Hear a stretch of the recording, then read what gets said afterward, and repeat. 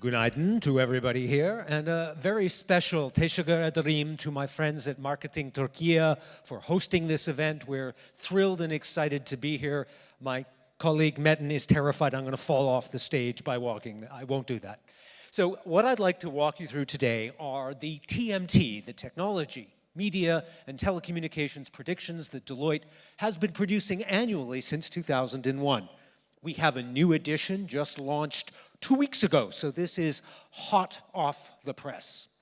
One of the things is that I am leader of the team for predictions, but I am joined by some brilliant colleagues around the world. The topics, you can see the theme, AI-powered future.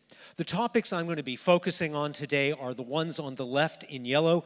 As you can see, nearly every single one is in fact about AI.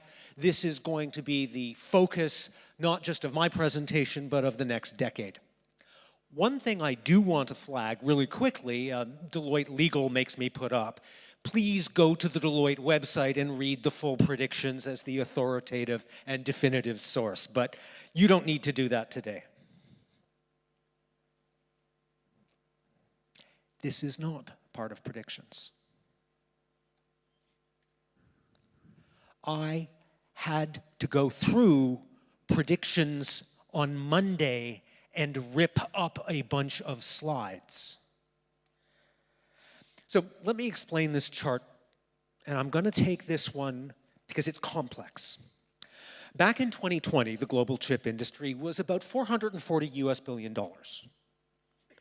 And somebody said, you know, if you kind of look at the growth out there before AI, if you kind of look at the growth out there, this $440 billion industry, if it grows at 7 or 8% a year, is on track to reach $1 trillion by 2030. Cool. So what we've done for years now is I've made this little chart where I show each year's numbers, and you can see that in 2021 and 2022, post-COVID, we were kind of a little bit ahead of track. Things slowed down, and in 2023, because of the shortage, it looked like maybe we wouldn't hit that number, and then in 24, it was okay. Everybody's with me so far. There's a slope, there's the bars. We were on track to get to $1 trillion by 2030. At the end of last December 2024, the global prediction issued by WSTS, who are the people who do this, said that they thought that sales for 2026 would be about $750 billion for the year. So pretty good, right? That was last December, December 3, 2024. In May of this year, they took their forecast up. They said, AI is amazing, AI is incredible, AI is driving the entire industry and company valuations, and we're gonna hit $800 billion. On Monday, they changed their guidance from $800 billion to $970. Oops! We were wrong. We were low by nearly $200 billion. Everybody lift your forecasts. This is the sign of what is going on in the economy.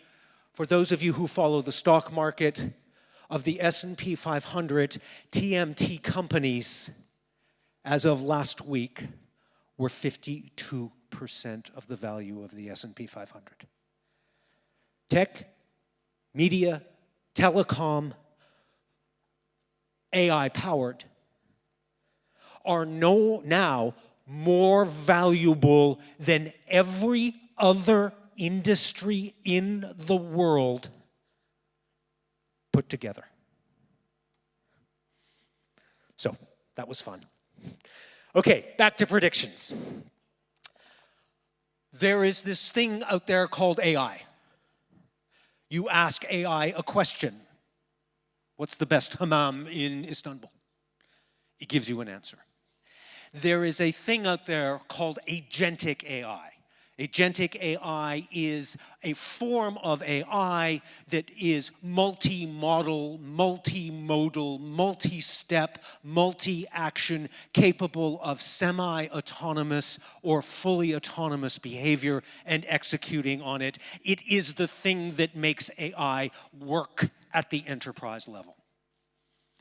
There are also companies out there, software as a service companies, in spaces like writing software code, inside marketing, inside CRM, inside ERP.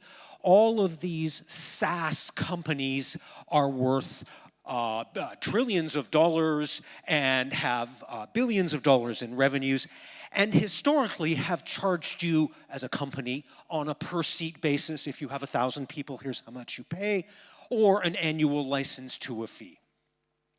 The SaaS model has been viewed as a source of perpetual annual recurring revenues, and it has driven enterprise software for the last 15 years. As AI and agentic AI comes along, we are experimenting with what does that do to the software as a service industry. I'm not supposed to, when I'm on stage, name names, but just as an example, our friends from Salesforce announced their results yesterday, I think it was, and they spent the entire call talking about how AI is transforming the software as a service industry. Deloitte is not criticizing or endorsing Salesforce. I'm just saying, as an example, this is what's going on out there. The first thing that we are seeing is that as the software as a service industry incorporates AI agents, and nearly every SaaS company is doing this, the first thing that happens is the pricing model changes. And I want to spend a second talking about this one. I should talk about the slide even briefly for a second here. About half of companies are putting over half of their digital transformation budget towards AI automation, and 3/4 of them in 2026 will be investing in agentic AI. So companies are spending money in agentic. Software as a service companies want to participate in that. The first big change is to the pricing model. So I'm going to kind of just walk you through all this. Instead of paying, $1,000 or $5,000 per user, instead what you start pricing on is things like usage-based pricing. If you've got agentic AI and it uses 1 million tokens, you pay one thing. If it uses 2 million, so everybody here knows, hands, who here knows tokens? Yay, tokens. Tokenomics. For those of you, Barbara, my wife, doesn't know tokens. I'm very sad, very disappointed. She has not been listening to my conference calls nearly closely enough. Tokens are the basic unit of AI compute, and it is thought we may be pricing off of the number of tokens a given task use. Alternately, what we might look at is per agent pricing. You would buy an agent that's kind of the equivalent of an FTE person, and you would pay $10,000 or $20,000 per year for the equivalent of a human worker. And then finally, one of the things we're looking at is per outcome pricing. Think about a call center. Call comes in, AI bot agent handles it and does not pass it along to a human, but in fact is able to resolve it. You pay a success fee. The more of those you do, the more you pay. This is fairly early yet. Talking to a bunch of my companies out there, this change has not occurred yet, but it will over time. This will also have impacts on the customer experience. This will have impacts on the workforce. I will skip ahead a couple of, hang on, I have a number here that I wanted to talk about, back one. Many SaaS providers are either adding AI to an existing product. Most of them are doing that bluntly. Some people are scrapping everything and building AI native agentic powered products. Some are creating agent building frameworks and more. Just driving ahead because I've only got 15 minutes left. My friend Mitten's going to love this slide. Invest in data management.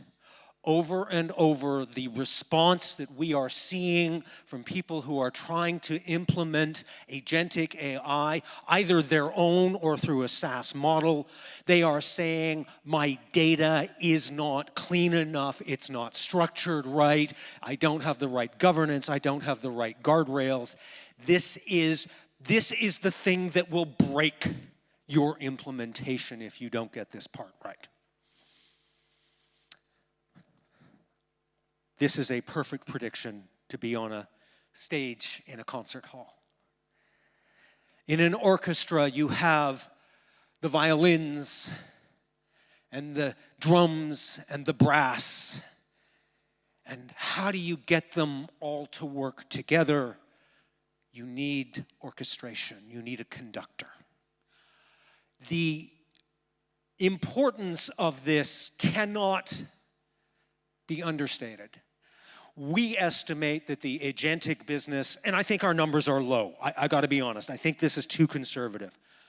We say the agentic market will be $45 billion a year by 2030 if, and only if, we get orchestration right. We absolutely must have the agents. There's this thing out there called agentic sprawl. Dozens, hundreds, thousands of agents in a marketplace, none of which have a common language or standard. There's an old joke. So who here in the room is old? Who here watched the Apollo moon landing on a black and white TV?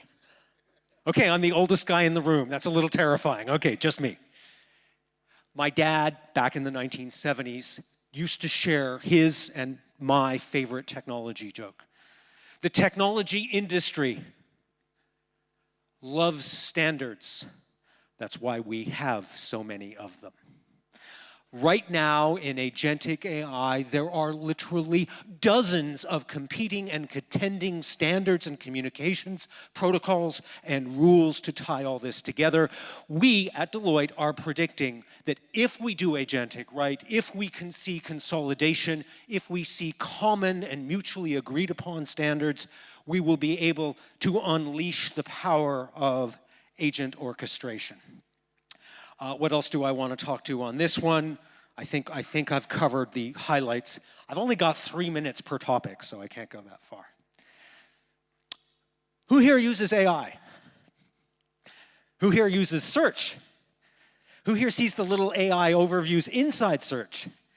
Who here uses AI standalone less? Because I'm seeing more and more inside. This is a huge thing. It's big for tech, it's big for AI, it's big for media. What is happening is about 3 times as many people are primarily interacting with AI via embedded AI inside a search engine or other tool, rather than going to a standalone site on their phone or computer. That's not to say that nobody is using the standalone. It's just that embedded version is 3 times larger. We believe that is true now. We believe that is accelerating. We believe within a year or 2, most people will be interacting through these embedded or passive AI is the other way you want to put it. Why does this matter? There are 15 billion searches done per day.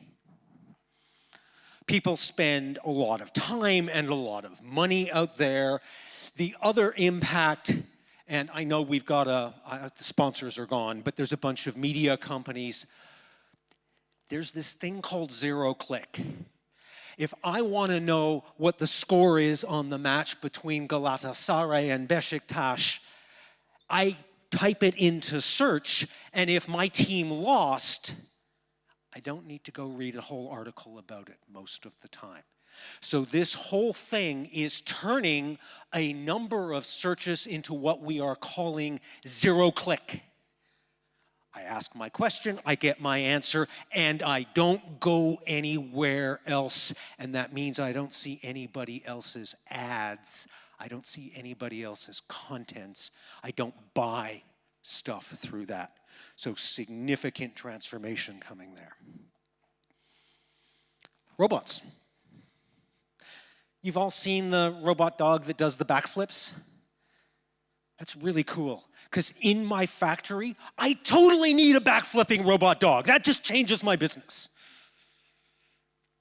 The global robot business, industrial robots, is way smaller than you think it is. Annual sales of robots, you've always heard the number out there, robots, robots everywhere. There's gonna be more robots than people. 8 billion of us? Annual sales of robots are about 550,000 units per year. It's been flat for the last 5 years. Total installed base, all of the robots in the world is just a little over 5 million. Not billion, 5 million. Our prediction is robots will continue to grow, but quite slowly. And it's not the backflipping dogs, and it's not the humanoid robots. Instead, it's going to be those kind of robot arms that are used to make stuff inside factories, inside warehouses. And one of the things I want to talk about, and I'm going to get geeky here for a second. Okay, I started geeky. I'm going to get geekier. Some of you have probably heard about something called world models or physical AI. And that is the idea that if we train robots on all of the data and all of the video in the world, they will one day get smart enough that they can wander along and pick fruit and play chess and carry something and turn something else off and fold your laundry. That's the one that everybody talks about, folding laundry. Because they can't do that now. Robots couldn't do any of that. That will probably happen one day. Some people think it may happen in 2 years. But the industry consensus in Deloitte is this is kind of 2030, 2032, 2035. The whole idea of robots that can do anything and are just about as smart as people, that's going to take at least 5 years and probably more. However, there's this thing in between. So robots right now are kind of dumb. We are predicting that using things called vision, language, action models, robots can become slightly smarter, which means that the sale of robots will start increasing much more rapidly around 2027, 2028. I'm down to 7 minutes. So you may remember I started off the presentation by showing you a semiconductor chart where sales, which were $750 billion in 26, were $800 billion in 2026, and are now thought to be almost $1 trillion in 2026. It's happening because my prediction has come true already. There's this thing out there called training. I take all of my data and I put it in a big data center and I make it work for 2 or 3 months. And back in 2023, training these LLMs, these giant models, that took up 2/3 of all AI compute. Well, that's going to flip. All of those people using SaaS and agentic and AI overviews inside search, all of that inference is adding up and adding up and adding up, and it's going to be 2/3 of AI compute in 2026, way up from where it was in 2023. And a lot of people said, this is real, okay? Duncan is the head managing director of global semiconductor research for Deloitte. And I am on call after call in April and May and June and July and August. And they said, Duncan, we're moving to a world of inference. Soon, we're going to put all of our processing on our phones and on our computers, and we won't be doing as much training. And Duncan, we don't need all these data centers. And I did my research and I said, no. We're going to need more data centers. You can't do the AI heavy lifting on a phone or on a PC. The processors just aren't powerful enough. Instead, here's two examples. First of all, we're still doing training, okay? Second, there's this thing called post-training. This can be things like reinforcement learning, fine-tuning, synthetic data augmentation.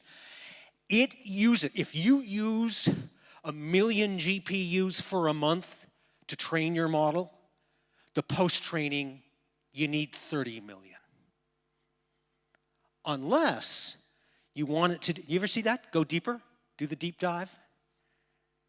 That uses 100 times as much. That test time scaling, also known as long thinking, uses not 30 times, 100 times as much compute. So there's a line here. I've got 4 minutes left.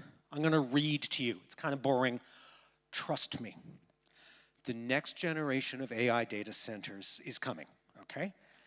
Cooling needs to be different. Your old data center doesn't work. The voltages and power supplies are different. The communications, the wires, the optics, the fiber, that's all different. And here's my favorite stat. You need to change the concrete floors in your data centers because the new racks are so heavy, they will break your old floors. Just the weight. Let's talk about power. Inside a data center, there's racks. They're about the size of your refrigerator, about 1 meter wide, 1.5 meters deep, 2 meters high. Your refrigerator uses about 500 watts. An old data center rack used 5,000 to 10,000 watts. The latest, greatest cutting-edge AI rack at the start of this year used 120,000 watts in a thing the size of your fridge. And the version that came out in September uses 370,000 watts per rack, and we're looking at megawatt scale racks. And there's thousands of these things inside a data center. So we're now talking about gigawatt scale data centers. 2.5 minutes left. Where are we here? Sovereign AI.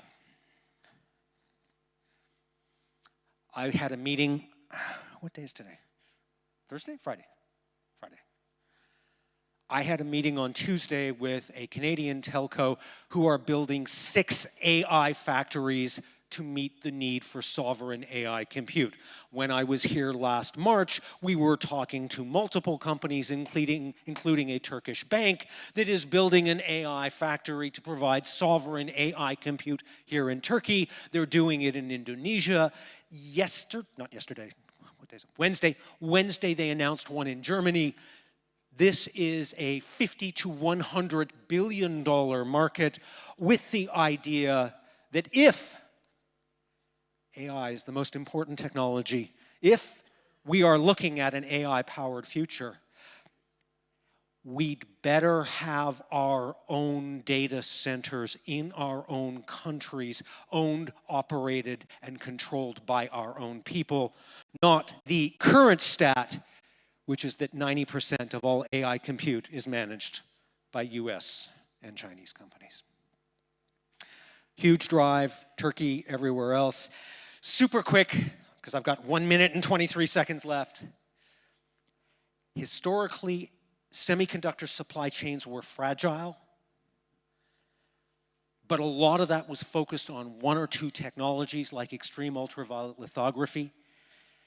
As we make more and more advanced chips for AI, we need new kind of transistors, new kind of design tools, new kind of software, new kind of etching, literally using acids and gases to etch these chips and wafers. All of that will be controlled. All of that will lead to retaliation. All of that, over time, will lead to shortages. The price of DDR5 DRAM has risen 500% in the last 8 weeks. Welcome to the new world. On that, I think, do I have any more? I have 19 seconds left. Who wants to ask a question in 19? I'm kidding. That's just a joke. So on that note, teşekkür ederim. Thank you all for being here. I love coming to Turkey, and I'll actually be back in March. So thank you, everybody.